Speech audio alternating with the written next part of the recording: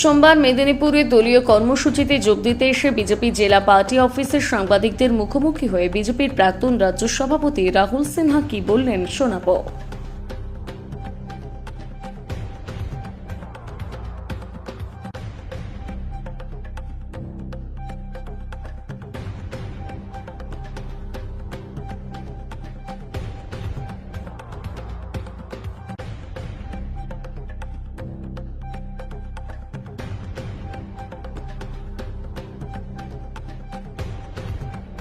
বিষয় হচ্ছে মুখ্যমন্ত্রী ঘটনা হয়ে গিয়ে সব শেষ হয়ে যাওয়ার পর যাচ্ছে কেন, এর প্রশ্ন আমাদের।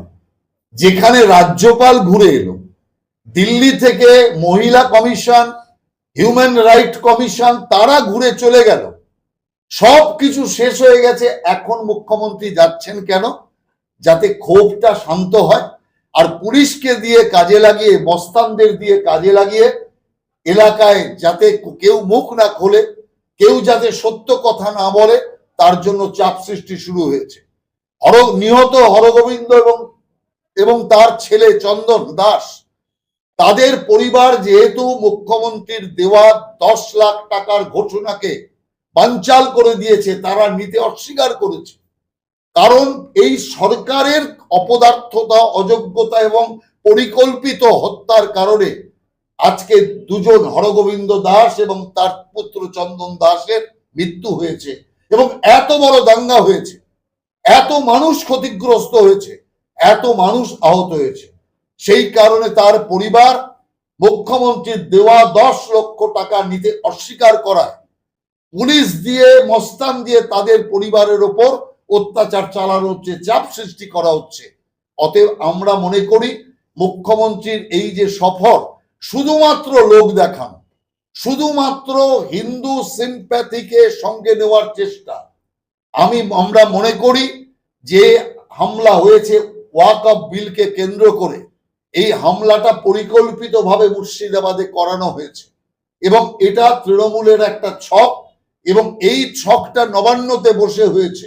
আমরা চাই অবিলম্বে এর এনআই ইনকোয়ারি, মুখ্যমন্ত্রীর যদি সাহস থাকে এনআইএ ইনকোয়ারি দিক, এনআইএ ইনকোয়ারির জন্য কেন্দ্রীয় সরকারের কাছে আবেদন জানাক। যা জিনিস চলছে রাজ্যে, যেভাবে সাম্প্রদায়িকতা মুখ্যমন্ত্রীর নির্দেশে চলছে, তা অত্যন্ত একটা বিপর্যয়ের দিকে রাজ্যকে নিয়ে যাচ্ছে এবং আমরা মনে করি এই রাজ্যের সরকার অগণতান্ত্রিক ভাবে যেভাবে দমন এবং পীড়ন নীতি চালাচ্ছে, আমরা তার তীব্র নিন্দা করছি। তৃণমূলের গোষ্ঠীদ্বন্দ্ব তো সারা রাজ্য জুড়ে চলছে, বহরমপুরেও তাই চলছে। অতএব আমরা মনে করি যে তৃণমূল আর তৃণমূলের লড়াইয়ে রাজ্যের আইন শৃঙ্খলার অবস্থা আরো করুণ হচ্ছে। পুলিশকে শুধু তৃণমূলের লড়াই থামাতে ব্যস্ত থাকতে হচ্ছে। অতএব অন্যান্য দিক দিয়ে আইন শৃঙ্খলা রক্ষা পুলিশ করার সময় পাবে কোথায়? তৃণমূলের লড়াই। আর এই লড়াই আমি মনে করি তৃণমূলের যে সমাপ্ত, তৃণমূলের যে অধ্যায়ের শেষ লগ্নে তৃণমূল এসে গেছে, এটাই তার সবচেয়ে বড় প্রমাণ। কারণ ভাড়াটে গুন্ডা দিয়ে এক তৃণমূলের নেতা আরেকজনকে যখন খুন করাচ্ছে, এর থেকেই বোঝা যাচ্ছে যে তৃণমূলের বিদায়ের ঘন্টা বেজে গিয়েছে আর কিছুদিনের জন্য অপেক্ষা। দেখুন, বিষয় হচ্ছে দিলীপ দা জগন্নাথ মন্দিরে যাওয়াটা পার্টির কাছে অনভিপ্রেত ছিল, এটা কাম্য ছিল না। কিন্তু বিষয়টি সম্পূর্ণ দলীয়ভাবে চিন্তা ভাবনা করা হচ্ছে। অতএব এই বিষয়টা নিয়ে বাইরে আর বলার কোনো অবকাশ নেই। আর আমি মনে করি যে প্রাথমিক যা কিছু হয়ে গেছে সবকিছু ভুলে আমরা আগামী দিন এগোনোর পরিকল্পনা নিয়ে এগোচ্ছি। আর ওনার যাওয়া না যাওয়ার বিষয়টি পার্টি বিচার করবে, পার্টি সেই ব্যাপারে চিন্তা ভাবনা করবে। অতএব আমরা মনে করি যে বিজেপির কোনো নেতা, কোনো স্তরের নেতা এই বিষয়ে কোনো রকম মুখ আর কেউ না খুলুক।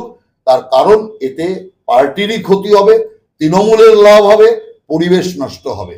অতএব সেই কারণে এই বিষয়টি পার্টির পক্ষ থেকে পার্টি দেখবে, এখন বিষয়টি এড়িয়ে